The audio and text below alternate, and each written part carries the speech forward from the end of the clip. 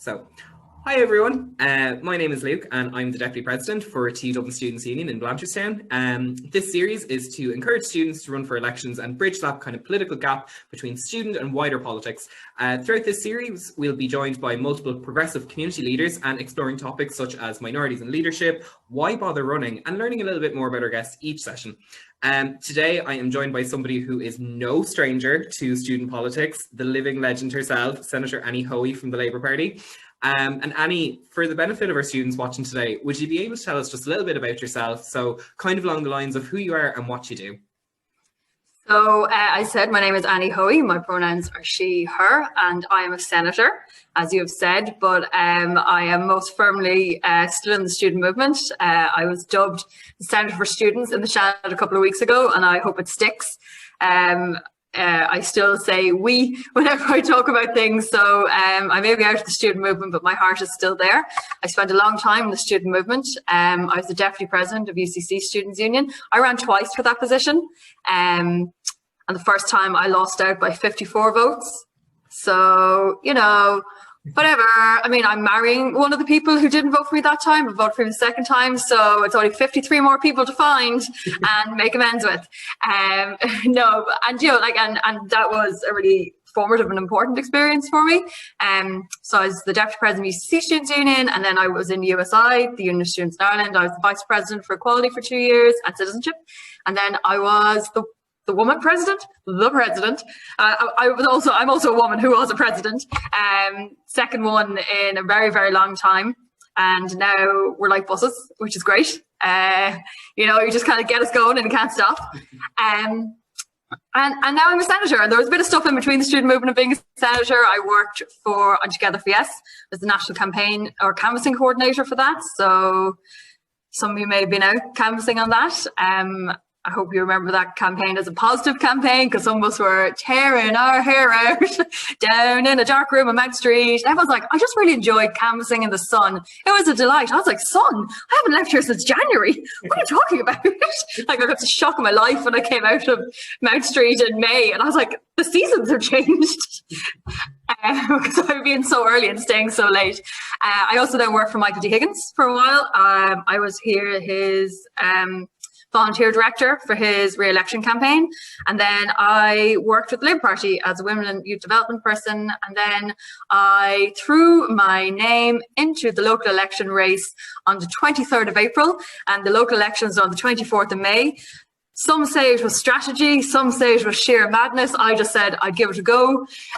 Whatever you want to say, it worked out relatively okay because I did get elected, and then I ran for the Dáil. That was a bit of a write-off, really. But look, you can't win everything, and it was a great experience. And then I ran for the Shannon, and I'm now a senator on the agricultural panel. That is a long list of very impressive things that you've accomplished. It was a real speedy 7 years. Like, it's just been a real... Everyone's like, you ran in how many elections in how many years? I'm like, You love to see it, things you love to see. But then obviously after that, so I suppose kind of following on from that, can I ask why do you do what you do? Like, that's such an extremely important topic, and maybe if you could share maybe one or two accomplishments that you have just listed, a million and one of them, with us, that you'd like to share with our students even. I mean, I guess I do it because I'd like run for a bus at this stage. No, I do it. I'm not entirely sure why I do it. I think part of the reason is I have a really good support group of people around me. Like, all of the times I ran for elections, not because I was like, I am going to run for election. It's because someone has actually said to me, like, I think you should run for this election. Like, in the local elections, I was getting candidates to run, and at no point was I like, I should go on the ballot, until Jed Nash, a really good friend of mine and a mentor, was like, Annie, you need to put your name on the ballot. Like, this is madness. Why are you not running? And he like put a team around me and gave me supports. I think that's just a really important thing, is that no candidate is an island, and there are loads of incredibly great candidates. I mean, I could include myself in that, who, if someone was to say, I'll help you, I'll support you, and I believe in you, they would run. So, I mean, the reason I'm running is not just because people keep asking me to run, and I'm very obliging, I can't say no. No, I mean, I run because I want to see young women in politics. I want to see LGBT people in politics. I want to see young people from, rural areas. I'm from County Meath, I'm from a farming background. I had to go down to East to go to college, and I want to see more people like me. And I want to see more people also, by the way, not like me. I want to see more diverse people. I think it's a real shame that we're just not getting ourselves over that line yet. And my own party has a lot of work to do on that. I remember working with candidates during the local elections, and it was tough for them. It was really tough. So we can all turn and shout and scream at parties for not doing enough, but let me tell you, the electorate make it really difficult for some of our candidates. So I've kind of gone a bit of a veer there. The question was, were some of my achievements. I guess like Together for Yes was a really great achievement. I loved working on that campaign. It was, let me tell you, if you've been involved in the student movement, we are like rats. We are everywhere. Like Together for Yes, you'd walk through that building, there'd be 100 people working in there, and there would just be people from every generation of the student movement. There were people who were in the student movement in the 50s, 60s, 70s, 80s, 90s. It was like a come and find your friends from a past life. Like we are absolutely everywhere. If there's a social justice campaign, if there's a movement campaign, the student movement is in there and it never leaves you. And it was incredible to be in Together for Yes. And there was people who, as I said, were involved in the 50s. And they were working as volunteers in Together for Yes. So that made me really proud for loads of reasons. Like obviously I was really proud to be in that campaign, but I was really proud to see such an incredible student movement thread. And we all it was like we sensed each other. I was like, who are you? What did you do? And they're like, oh, it's the campaigns officer in the 80s. And I was like, oh my God, what? Because you sometimes say things like, oh, I was in the student movement. And I'm sure people listening as well are like, student movement's kind of hard to explain. I'm sure you, Luke, as well. Like people are like, what do you do? Do you just like our parties? Not during this pandemic, you didn't. So it's incredible to actually have people be like, yes, I know exactly what that was like. So, I guess it's not really an accomplishment because I didn't make them be in the student movement before me, but it was great to see that I come from that line of just people who are so committed to social change. And these people have been campaigning for that for a really long time. I suppose I'll say real quick, my other really, it's not an accomplishment per se, but when I was president of USI, we did a student demo. It was the biggest one we'd had in a really, really, really long time. With like 12,000 students at it. It was huge. And I got to bring my dad out on stage and introduce him to everyone. And that wasn't part of it. He got the bus up to come and watch the protest. He barged his way up onto the stage before we arrived. And he was like, I'm the president's father. And everyone was like, who is this man? And he was like, I'm the president's father. And they were like, okay, well, I guess you can stand over here then. And he was like hanging out with Blind Boy. And then my speech blew away. I was standing on the podium, 12,000 people, my speech blew away. And I was like, oh my Jesus, what am I going to do? But fortunately, I have a degree in acting and ad-libbing. And I just looked over and my dad was there and he was like, and I was like, well, you're going to have to come out with me. And I got to introduce everyone to the person who had gotten me to that point.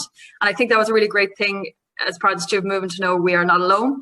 There are all of us have people around us who get us to that point. And I was really proud that I got to introduce 12,000 people to, my best friend, the man who has made me who I am.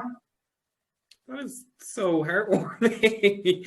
And you touched on a really, really important point there. I was literally only talking to another one of my friends from the student movement there. And it was so funny. She actually got contacted by the president from her students' union from 1995. Literally there the other day. It was like, yeah, I was the president back then. I was like, that is mad. But you're dead right. The student movement never leaves you, and you'll never leave the student movement, no matter how hard you try. No. But I suppose that it's really important then kind of focusing on the importance kind of for running for these kind of leadership positions and kind of advocacy roles, because there's so many barriers for people. And there's a perception that politics on all levels of the spectrum, be it local or otherwise, is kind of like a straight, cis, able-bodied, white, rich, upper-class man's game only, and the kind of, when you look at your politics, a lot of it does kind of look like the diversity comes from a vanilla ice cream. And as long as you have money and power and status, that's kind of all that matters. And that's that perception to kind of get elected, or kind of if you're the coolest person in the room with the most brown envelopes to hand out, that's kind of that perception. Have you ever encountered any of those barriers, and why do you think it's important to run for these leadership roles to kind of tackle those barriers and those perceptions per se? I mean, first of all, I think leadership has two different kinds of things. Like we tend to think of leadership as kind of sometimes this lean-in leadership, where if you get elected and you're up here at this kind of in this, as you say, vanilla man's world, that you've somehow made it. But I think true leaders are like, they're all in your community, they're in your college. They're people who are breaking ground in areas. They're people who are, you know, fighting for breastfeeding rooms, and they're people who are saying that they can't get into certain buildings and that no other student should have to face that the way they did. Those are, to me, real leaders, and those are the people we actually need to see in politics. I'd love to say it, a little less me, a little more of them, I think, and we would have a really, really good good political system. Definitely, I think I remember like so many people were like, what if you have kids? And I was like, well, first of all, I'm still a child, so I don't know why you're asking me that. What? So there's definitely like a really subtle, and some of it was not so subtle, like some of it was really overt, really unpleasant. And I definitely experienced like a lot of sexism around things. And then when I pushed myself forward to run higher up in the things, then it was this other thing being like, who does she think she is? Like, where did she come from? Why should she think she should get elected into that? Like, surely, and like people would be like, would you not just let someone else run? Or would you not let X candidate? And like, that was really tough to hear, because I think I'm as much as right as anyone. I think it's really important to have young women running for things. And it just surprised me, some of those comments, you know, like there's just this kind of like, yuppity, who do you think you are? But I got that, you get that the whole time. Anyone who runs for student union, people are like, who do you think you are? Like, you're like, oh, I'm just going to change the world, you know? I'm just going to totally change the world. One academic affair at a time, you know, but you'll get that no matter what kind of election you run for, at what level. There'll be people who'll be like, who do you think you are, putting yourself out there? But I don't see their name on a ballot paper, so they can go jump. Yeah, straight up. And it was very interesting, because I was talking to another colleague senator of yours, Fintan Moorfield, and we touched very briefly on kind of even like homophobia, transphobia, biphobia in particularly in the political spectrum. Any openly queerly identifying politician, it's the first thing that comes at them. You know, and regardless of our political opinion, that's not good. You know, we see it with David Norris, we see it with Roderick O'Gorman, we see it with yourself, even we see it with so many people. And then kind of on that, then like that, because it's first of all, it's disgusting behavior. It is disgusting behavior, and you know, your identity doesn't define the type of person you are. But can I ask, has there been any kind of work that either obviously yourself or your colleagues have done to kind of ensure that we really tackle these issues on the ground when it comes to like breaking down those barriers, be that through your work as a student leader or your political career, to kind of highlight to students why this means something, why them throwing their name on that ballot can really make that difference? Well, I think, yeah, I know your like gender identity or sexual orientation or anything like that doesn't define you, but I talk about them a good bit because I don't hear them enough. I think there was research done, and there's only 7 out bisexual parliamentarians in the world. So I think that's important that I talk about that. I don't talk about it all the time. It's, you know, I'm not having a conversation about, you know, the ag climatise bill, and I'm like, by the way, you know, I flippity flop float. Do you know what I mean? Like, I don't throw them there, but like, if there's a conversation about something, I will, if it seems suitable, I will bring it up. You know, we're talking about, you know, like Bisexual Awareness Day, or, you know, coming up to Pride and stuff, because I want other people to see that there's a place for them, particularly when there's a lot of erasure for that. You know, when I was running for equality and citizenship in USI, we're coming up to marriage equality, and I was like, I think it's really important to have, you know, I want to be part of that movement, leading a fight for my right to marry who I want. So there are times actually when I think, if you are able to, and it is safe to do so, and you're comfortable to do so, I think it is really great to be able to actually speak your truth as to why you were doing something, why you were running. It doesn't have to be the only reason. I also have policies and things, you know, I have beliefs and other things. You know, I've got good policies and good politics. I'm not just a big go gay, but you know, I do try to talk about it when it's suitable to do that, because it's not talked about enough. And I mean, and then there's all the other issues where, you know, We have very poor representation for people with disabilities, migrant communities, and there will be a huge weight on their shoulders to carry a representation for a community. You know, that's hard to have to carry a representation for a whole community, and it's a hard thing to ask someone, and it's a hard thing to put on them. So, you know, if I'm able to and I feel comfortable speaking out, then I will, and I do. And let me tell you, I have gotten some almighty slack for it. Like on that International Coming Out Day, I was like, oh, I'll do a coming out post. People were like, I don't care what your orientation is. I was like, look, Karen, I have to keep looking at you with your Prosecco identity every day online. So I don't care either. And yet you keep shoving that down my face every day. So cool your jets. You know, like it's literally one day a year and everyone's like, oh, we're rubbing it in our face. You know, calm down. Yeah. So yeah, I definitely have gotten some almighty slack, particularly that day. I got a lot of slack that day, but it's my day too. So, you know, and not everyone is comfortable doing that. Not everyone is comfortable speaking out. And there are days when I don't want to do it and I won't do it. And I wear sometimes I think too much of myself on my sleeve, and there's been times where I have put too much of myself out, very personal stories, and you can't take them back. They're literally on a government record forever. You know, I can't take them back. So that's something as well that you have to balance. When you put yourself out there, you're giving a part of yourself away to quite a public space. And there are parts of you I think that you need to cherish and look after as well. And there's a time when they can come out, and there's a time when you're going to keep them to yourself. That is some really, really good advice as well. And, you know, again, that kind of representation matters, and that's the be all and end all of it. Like, everybody deserves to see themselves represented, and I'm a big believer of if you can dream it, you can do it, and if you don't see it, you're destined to be it. But I suppose then, you know, that thanks so much for that. I suppose then kind of we've so many other big issues facing us, such as the climate crisis, and I think it's important to call it a crisis, because we're standing on the precipice of a catastrophe that's about to happen. And seeing with kind of the youth vote, even the last election period, there is a starvation for a greener tomorrow. Being a leader yourself, how do you think that our generation of future leaders can make a difference in tackling climate, even as student leaders going through their own SU elections as well? I mean, I think a big thing is voting with your feet, but also electoral politics isn't the be all and end all. You know, there has to be, the climate crisis is this real bothersome thing where we all have a role to play, but also like those big fossil burning companies have like a super big role to play, like a really, really big role to play, like a much bigger role than would be a reasonable amount for you or I to carry. So there's this like balancing act that has to be done between my personal responsibility, you know, and I do all sorts of things, you know, recycling like a maniac, don't buy new, all of these things, but you can get really caught up in that as well, and you can create this huge sense of like guilt and shame that you're not doing enough, when actually there's a, you know, kind of a small population of big companies who are doing a significant amount of damage, and we need to also push that pressure up. And that is about who you vote for. Like the European elections, people just kind of think it's like some kind of like cool person. They're like, oh yeah, this is a kind of fun person, I'll vote for them. But no actual concept of the fact that that is going to affect national European policy, that they are part of a European grouping. So, you know, there's things like that, like our voting actions do have consequences.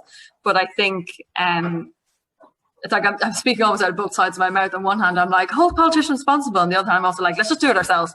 Forget about those guys. Politicians, senators, whatever. You know, that we also, you know, I think there's a huge thing that is our own future. We all have a role to play in it. But I think there's that balancing act in terms of, you know, you can, well, there won't be many leaflets going out this year, I suppose, for hustings and stuff.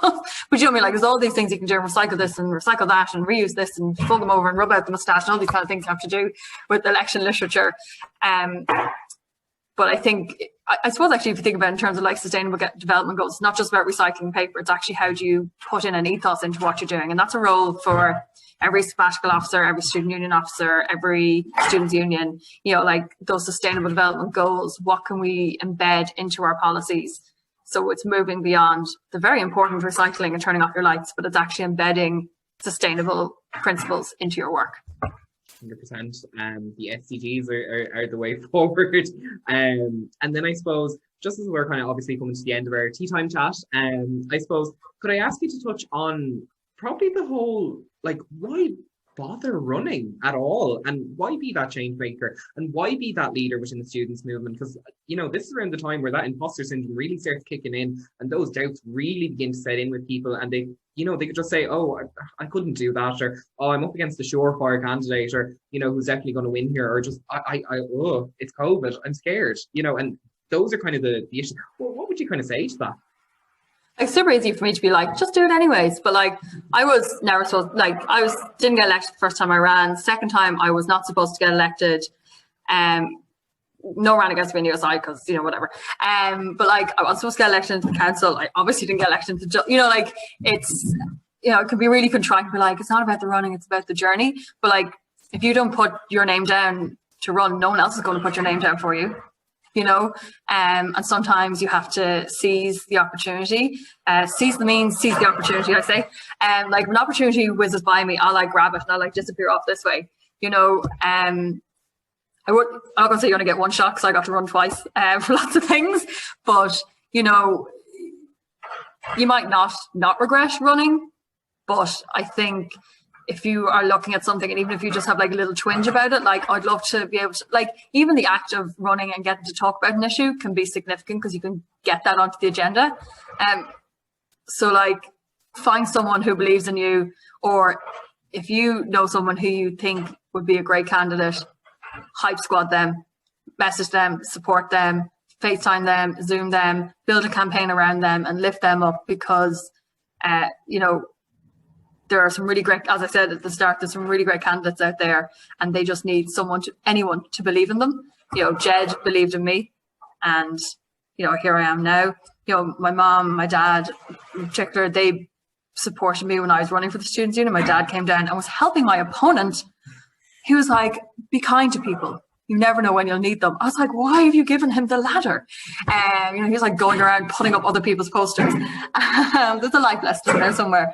But, either put your name on that ballot and fight your own way forward, or support someone else doing that and be their hype squad, and be their hype squad after the election, be their hype squad whether they win or they don't win. And particularly if they don't win, the deafening silence when you don't win an election is really hard. And people are like, oh, I thought you'd be really busy. I didn't want to bother you. It's like, no, I was just sitting staring at the wall being sad. I would have loved to text. And if I didn't want to text you back, I want to text you back. So be that support person, but lock your name onto the ballot. What's the worst that's going to happen? Literally. You could be a senator. I mean, there's definitely worse things to do, but and I'm actually gonna throw a quick curveball here, to you as somebody who has won essentially the student movement over, and made it all the way to the president of USI. Have you any campaign tips or tricks to anyone who's running at the moment? Kind of little boosts or whatever, particularly now that it's COVID and that, the typical, running around the canteen or going to your different clubs and socks, that's almost off the table now. Have you got any tips or tricks or campaigns? I mean, I think showing that authenticity of character is really important. I think you can always tell when someone's being totally natural on this camera. I'm just cracking a joke, totally normal in my kitchen. You can always tell when someone's super not into that. I think showing that authenticity, and because the campaign will mostly be online, there's a really great opportunity to do that. Show authentic selves, talking about yourself, talking about who you are. People think people who run for election all the way from class reps to the president of Ireland are these weird, aloof, alien people. And I guess we kind of are. But also, we're kind of normal. And I think there's a great opportunity actually at the elections this year to be able to show that it's not just your polished posters and you're standing on the canteen table shouting at people, and people are like, that's a really irrational way to behave. That's actually kind of weird. And you, while you're standing on the table, are I don't know why I'm doing this. This is not normal behavior. So there's a real great opportunity, I think, at these elections to actually peel a little bit of that away. And to try and create those genuine connections and moments with people through the kind of digital platforms that we have available to us. And I'll be looking out for them. I'm going to creep. I'm the exact same. Anytime there's an election thing coming up, I'm like, oh my god, I love it. But I suppose then finally to begin to wrap up on, what advice would you have to give to people who are on the ballot right now and are just waiting for those nominations to close and getting ready to go all guns a-blazing and saying, I'm doing this thing that I don't know why I'm doing it and it's a wild thing and sure, look, flip it. I'm on the ballot. Let's go. What advice did you give to them? Enjoy it. It's obviously a very different campaign to the traditional everyone crammed into houses painting t-shirts and, you know, the hijinks and the shenanigans, looking in bins to see if it's a student house or not so you can leaflet it. You know, the crack that one gets up to in these perfectly normal campaigns. But do try and enjoy it. Bring people with you. You know, it's a great opportunity to meet people, to get to know people. You might need them if you do get elected. Enjoy the calm before the storm, because once that nomination closes, you are off. So enjoy the calm before the storm, get yourself prepared, get your filler videos and bits and pieces done, that if you're just wrecked one day and you've no idea what to put up, you've got some sort of something, 30 seconds to lap up. Use the time now to get them done and dusted. Make sure you use captions on everything. 90% of people watch videos without sound, so get your captions onto everything and yeah, enjoy it. That is absolutely wonderful advice. Thank you so much, Annie. And that actually brings us to the end of our tea time chats. Thank you so much for joining us today. And I hope our students have taken something away from this. I know I 100% have myself. And I want to thank you for your time today. So with that, just remember, put your name on the ballot. What's the worst that could happen? Thanks, everybody. You Senator too! Senator. Thanks, everybody.